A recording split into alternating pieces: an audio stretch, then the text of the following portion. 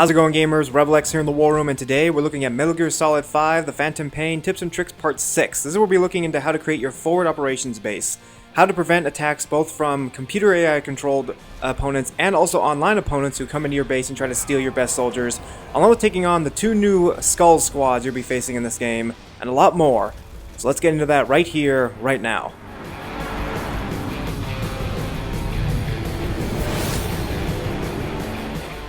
Now, as you progress through the main story campaign, eventually you'll run into a mission where your mother base will be under siege. This is actually a setup mission to let you know about how forward operations works. Now, this is actually to warm you up for multiplayer. Now, if you don't play this game online, then don't worry about this part, but if you do like playing online, listen up. So, the forwards operations base is another base you get to construct that allows you to repel enemy invasions both from the computer and from online. Now, you need to build up a security team. Now, I recommend that you take some of your best guys from your combat unit and put them in your security team. Now, before you say anything, well, wait a minute, I want my best soldiers to be on the front lines when I do combat mission operations. Well, there's a best way to do this. First of all, take some of the lowest ranked soldiers you have in your combat missions and put them on those hard missions. Now, you want to take in at least a couple A+ guys to go with them as well. That way it betters the odds to at least 10 to 20%. Now, this is a risk factor to take. However, this is the fastest way to level up these other combat guys. That way you can get them up to par very quickly for your combat unit and have a lot of good soldiers for your security unit to repel enemy invasions both from the computer and from other opponents online. Trust me, you need these guys. Now, as also further on this game, there's actually going to be a sickness that actually hits Mother Base.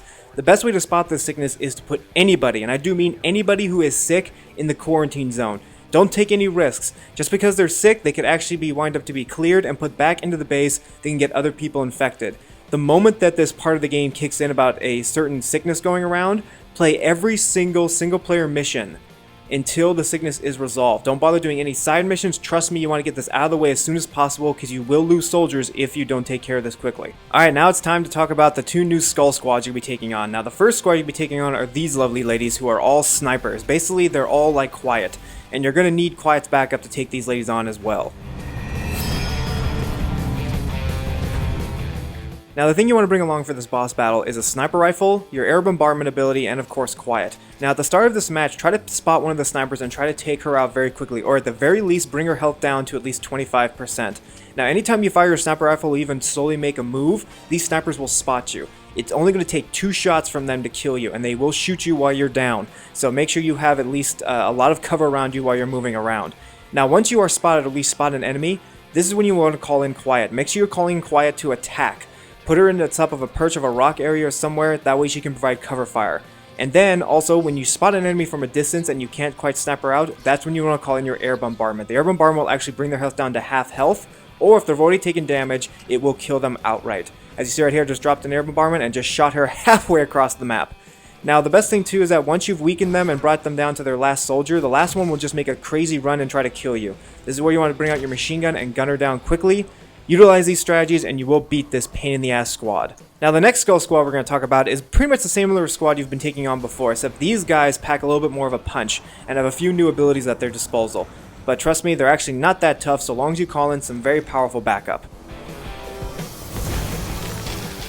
Now, at the start of this boss battle, I recommend you try to call in the D-Walker. Now, when the D-Walker's coming in, make sure you have some type of vehicle to stay away from these guys while you wait for the D-Walker to land. I recommend you bring in a tank. That way the tank can do some minimal damage as possible towards both these skulls and also their zombified soldiers.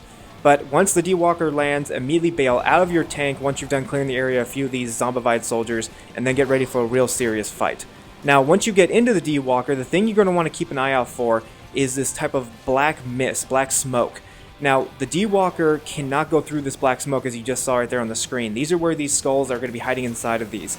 Immediately take out your minigun and gun them down while they're inside of this smoke. They're actually going to have a shield covering their health, but once that shield is destroyed, the Gatling gun will tear them to shreds. This is actually a pretty easy boss battle so long as you stay away from that smoke. If you run through that smoke in any vehicle, not just the D-Walker, any vehicle you're in will rust and you will not be able to use it at all. If you lose the D-Walker in this fight, then you're going to be limited to what you can use. I recommend using a rocket launcher and cutting the distance between you and the targets and just gunning them down as fast as you can with any type of heavy machine gun and air bombardment if you can trick them into getting into a certain area. But make sure that the D-Walker is the first thing you use, shoot them down while they're deploying in their smoke, and you will cut through this boss battle very, very quickly.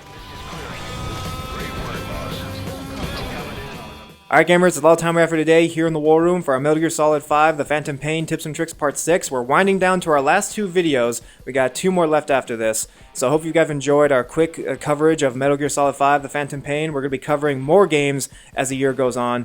So if you like what you see, feel free to subscribe to the War Room for more. And until then, we'll see you guys next time here in the War Room.